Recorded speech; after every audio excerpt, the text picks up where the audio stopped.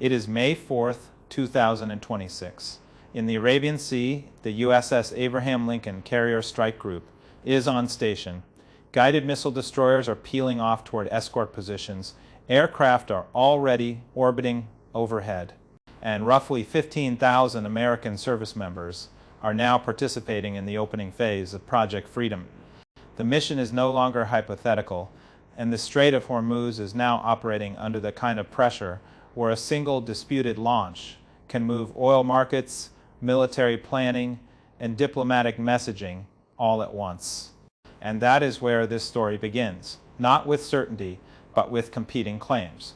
Iranian state-linked media said 2 missiles struck the USS Abraham Lincoln near the southern entrance to the Strait of Hormuz after the vessel allegedly ignored warnings from Iranian fast attack craft to halt.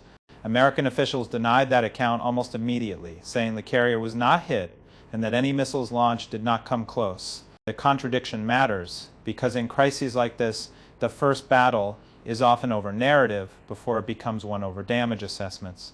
Fars News, the outlet affiliated with the Islamic Revolutionary Guard Corps, amplified the claim that an American vessel had been struck. Within hours, regional media repeated versions of the report, while Iranian officials escalated the rhetoric and presented the episode as evidence that Tehran was willing to challenge the United States directly at sea. One of the more striking statements came from Mohsen Reza, the former IRGC commander and advisor to Iran's supreme leader, who warned that American forces would face what he called a graveyard of carriers and troops. In the Strait, the IRGC also issued a 30-day deadline for the United States to end what Iran describes as a naval blockade, warning that otherwise Hormuz would become a deadly trap for American warships. That language was not improvised. It was strategic signaling aimed at domestic audiences, regional rivals, and foreign governments all at the same time. The American response was notably concise. The United States Central Command stated that Iran's claim of striking the USS Abraham Lincoln with ballistic missiles was false, that the Lincoln had not been hit, and that the carrier continued flight operations in support of ongoing missions. The statement framed the operation not as offensive escalation, but as part of a continuing campaign to protect American forces and shipping from Iranian threats. There is, however, an important distinction between denying a hit and denying a launch. Based on the reporting in the transcript, it appears likely that Iran did launch missiles, even if the American account is correct that they did not strike their intended target. In operational terms, that still marks a significant threshold, because missile launches against a convoy protection mission create a new legal, political, and military environment, even if the weapons fail, miss, or are intercepted. At roughly the same time, the Pentagon announced the formal start of Project Freedom. According to Central Command, the mission began on May 4th to restore freedom of navigation to commercial shipping through the Strait of Hormuz and to support merchant vessels seeking safe passage through one of the world's most critical trade corridors. A quarter of the world's seaborne oil trade, along with major volumes of fuel and fertilizer products, moves through that narrow passage, which means the consequences of disruption reach far beyond the Gulf. That is the first point you have to hold in mind. This is not only a military story. It is an energy security story, an inflation story, a shipping insurance story, and within days, potentially a consumer price story for countries nowhere near the Middle East. The military package assigned to Project Freedom is substantial. Central Command said the mission would include guided missile destroyers, more than 100 land-based and sea-based aircraft, multi-domain unmanned platforms, and approximately 15,000 service members. That force mix tells you something important about how Washington understands the threat.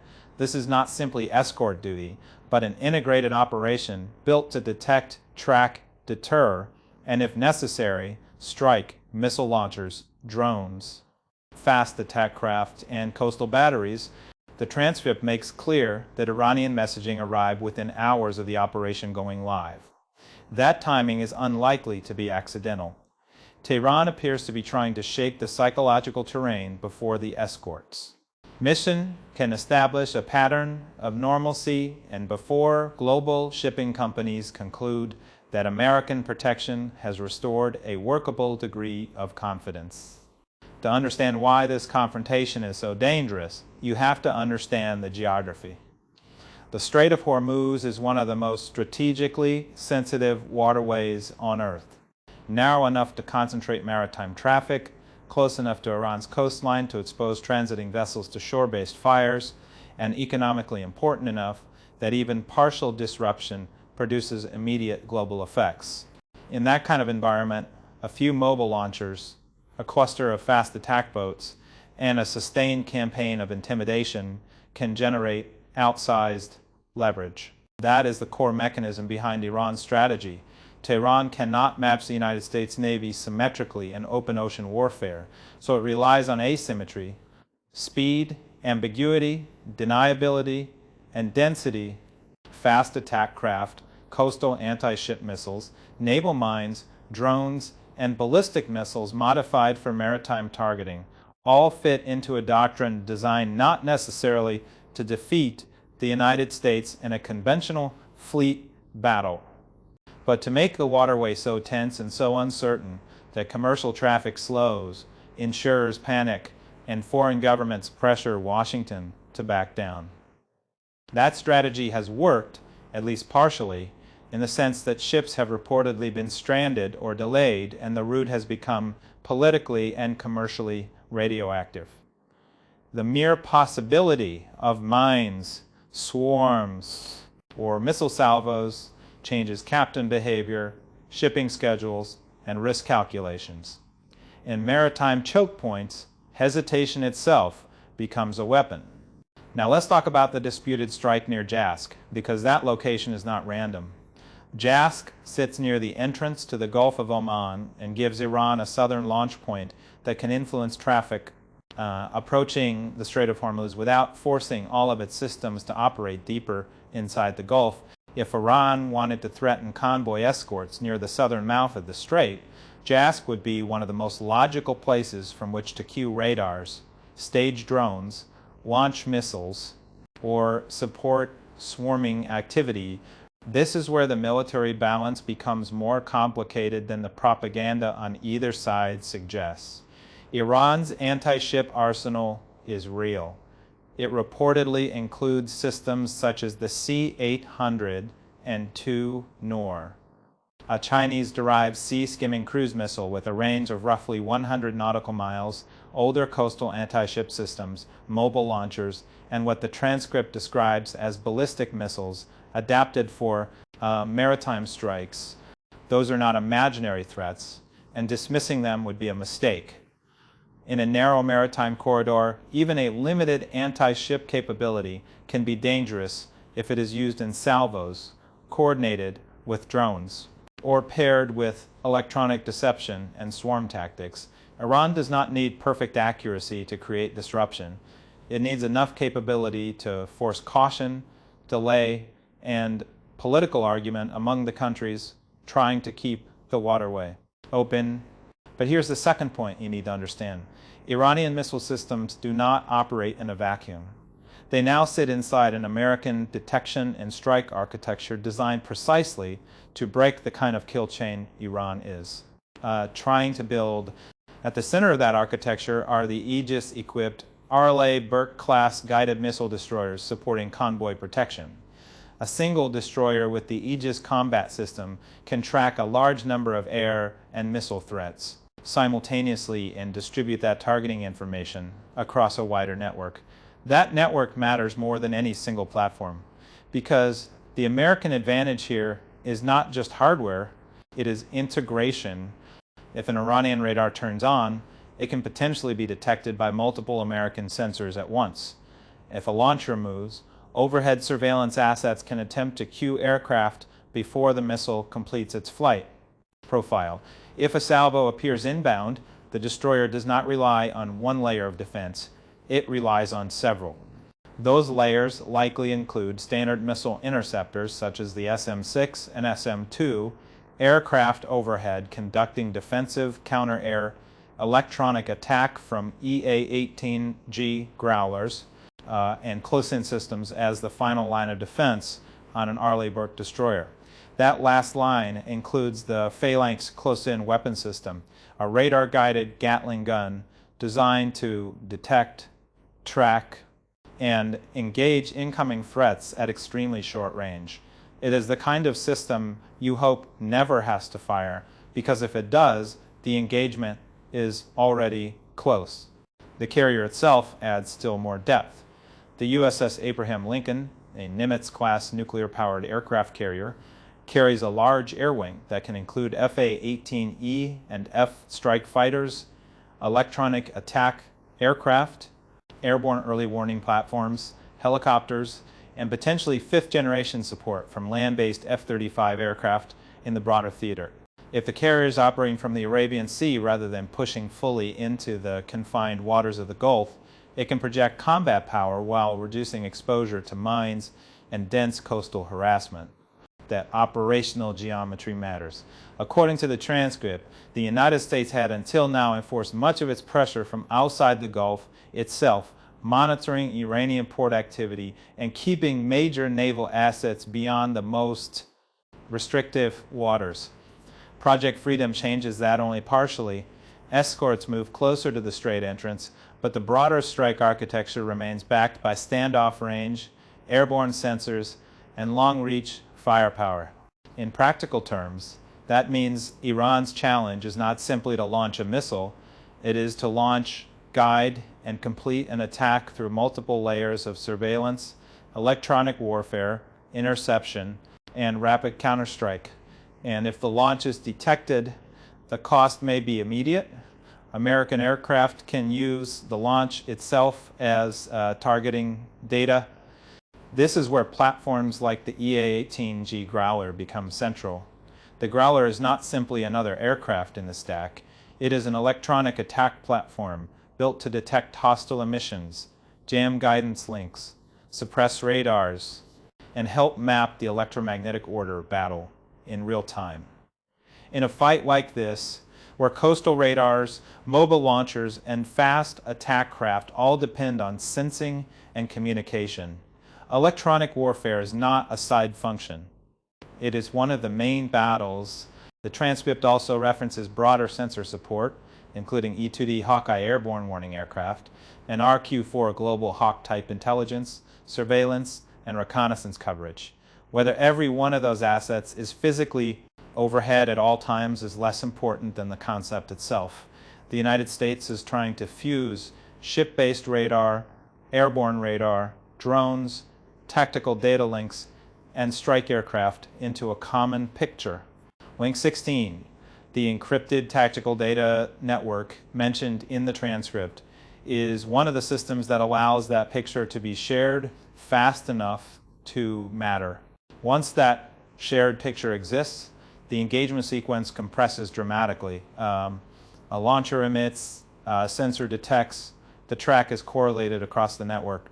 Intercept options are computed, aircraft or missiles are assigned, counterfire follows in a well-functioning kill chain. That can happen before an attacking missile even settles into the most dangerous part of its flight path. This does not make the danger disappear. It does, however, explain why American officials sounded confident even as Iranian media claimed a successful strike. From Washington's perspective, the issue is not whether Iran can fire. It is whether Iran can fire effectively enough, repeatedly enough, and survivably enough to stop escorted shipping while absorbing the response that follows. That brings us to the political layer, because the military picture alone does not explain the intensity of the rhetoric. The Trump administration, according to the transcript, rejected what was described as Iran's 14-point peace proposal and signaled that Tehran had not yet paid a sufficient price for what it has done over decades. Whether one agrees with that framing or not, the message is clear. The White House does not want negotiations that begin with lifting pressure first. Iran's position appears to be the reverse. Tehran wants the blockade eased or ended before entering a new round of talks on Washington's terms. So both sides are effectively tightening leverage while leaving narrow diplomatic channels, technically, open, and that is a classic escalatory pattern, public maximalism combined with private signaling, and with each side hoping pressure will move the other first. The transcript also points to back-channel diplomacy involving Pakistan and to European efforts to discuss alternative multinational missions for reopening the waterway without fully endorsing the American blockade approach. That is not surprising. European governments often prefer frameworks that separate maritime security from overt alignment with an American coercive campaign, especially when they believe some channel with Tehran should be preserved. The United Kingdom appears in the transcript as a particularly complicated case, tied to broader arguments about financial interests linked to oil flows and London-based crude market activity. Some of those claims are interpretive and politically charged, so they should be treated carefully, but the underlying point is credible. Countries with deep commercial exposure to Gulf energy routes may seek to restore flow quickly, even if their preferred diplomatic framing differs from Washington's. That divergence creates a third battlefield, and it is not on the water. It is in allied diplomacy. If Iran can convince foreign governments that the United States is escalating recklessly, it gains political space. If the United States can convince those same governments that Iran is the actor turning a global trade artery into a coercive instrument, then Tehran's room to maneuver narrows. Now return to JASC, because this is where geography, strategy, and escalation meet. As Iran's southernmost naval facility near the Gulf of Oman, JASC offers a forward position from which to pressure ships entering or leaving the strait. It is close enough to matter, tactically and symbolically valuable enough that any launch attributed to that area would immediately raise questions about whether the United States might target supporting infrastructure there, and that leads to the unasked question in the transcript. If missile launches continue, does Project Freedom remain an escort mission, or does it evolve into a systematic suppression campaign against launch? Points, radars, drone sites, and maritime militia infrastructure around the strait. The answer may depend less on one launch than on a pattern. A failed strike can be absorbed. A sustained campaign usually cannot. If Washington concludes that Iran is using JASC and nearby islands as recurring firing positions, the American response could move from reactive interception to proactive degradation. That would not necessarily mean a massive war overnight. It could begin with tightly framed strikes against identified military assets linked directly to attacks on shipping. In that sense, the confrontation now sits on a narrow threshold. Path 1 is coercive containment. Escorts continue, launches are intercepted or miss, shipping slowly resumes, and diplomatic channels reopen under pressure. The path 2 is iterative escalation. Iran keeps firing, the United States broadens, the target sets, regional partners become more exposed, and a shipping security operation turns into a larger regional air and maritime campaign. Neither side is fully free to choose without cost. Iran cannot allow itself to look passive after threatening the mission so loudly. The United States cannot launch a freedom of navigation operation and then appear unable or unwilling to protect the vessels it escorts. This is why even contested claims matter. Narrative credibility feeds deterrence, and deterrence feeds operational stability. The drone dimension also deserves attention. The transcript mentions the possibility of Iran launching Shahed drones alongside missiles, and that is consistent with Tehran's broader preference for layered, relatively low-cost strike options. Drones are valuable not only because they can hit targets, but because they can saturate sensors, trigger expensive interceptors, force constant vigilance, and create confusion about the main axis of attack. That is precisely why advanced surveillance and counter-drone tools are likely central to the American plan. Persistent overhead ISR can help distinguish decoys from genuine attack packages and identify launch corridors and maintain enough track quality to assign the right defensive response at the right time. In an environment where one side is trying to create ambiguity, the side that can classify faster usually controls the tempo. The same logic applies to Iranian fast attack craft. Swarm tactics are designed to compress reaction time and overwhelm confidence.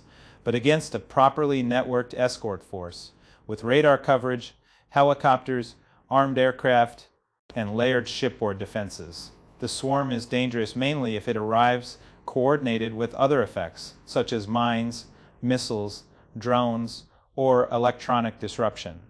So the central military question is not whether Iran can produce incidents.